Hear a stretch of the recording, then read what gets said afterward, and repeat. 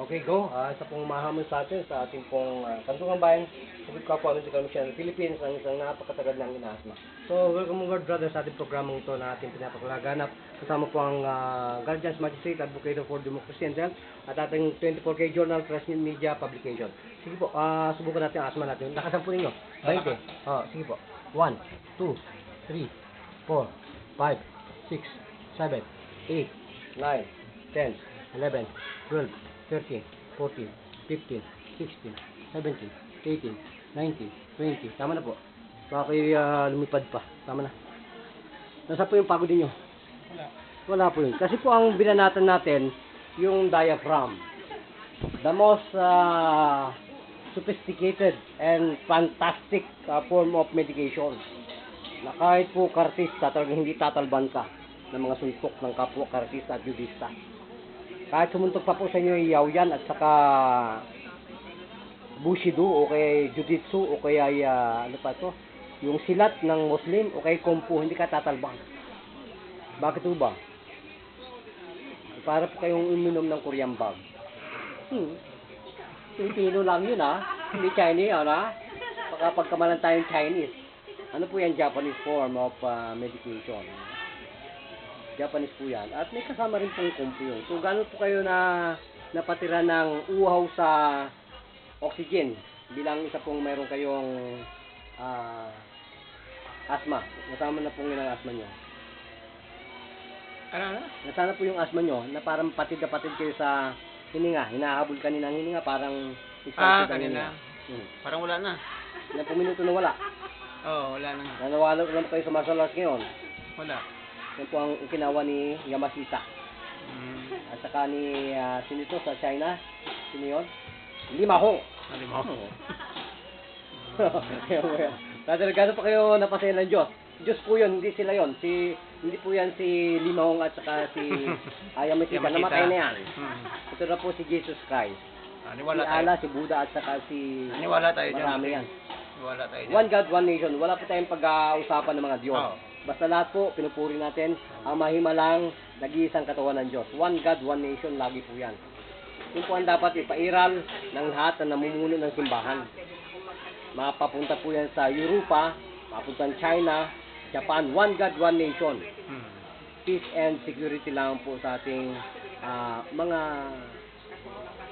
kaisipan at paniniwala. So magpakilala po, anong punto na pangalan natin? Pablito Lacanaria Jr. Ilan taon na po kayo nalihan ng asma na yan? Ilan taon na po kayo na asma? Kung tutusin busing, 2008 ako nagkaroon nito. Pero hindi totally na ganito naranasan ko na ganito sa kano. Bali, yung tuloy-tuloy talaga, 2 months. Ganun. Yung kanina po, para pong medyo may halak kayo. Kanina po, di ba? Para may whistle. Nasaan po ang whistle? Wala na. Wala na po, seconds lang po. Ang mukha pong ito, ang unang nagkaroon ng mabubuting sakuna. Ano? Ito po yung beauty na naloka, naloko, naluslusan, at nabobo, nabulol. Nagkaroon ng aneurysm. Nagkaroon ng Alzheimer. Ito po mukhang ito. Huwag ninyong ikahiya ang mga sakit. Yan po ay blessing ni Lord.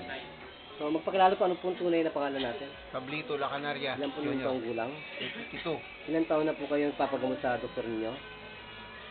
Bali, wala naman doon ako Doktor, wala kang Wala. doktor. So, self-medication lang po ng ano?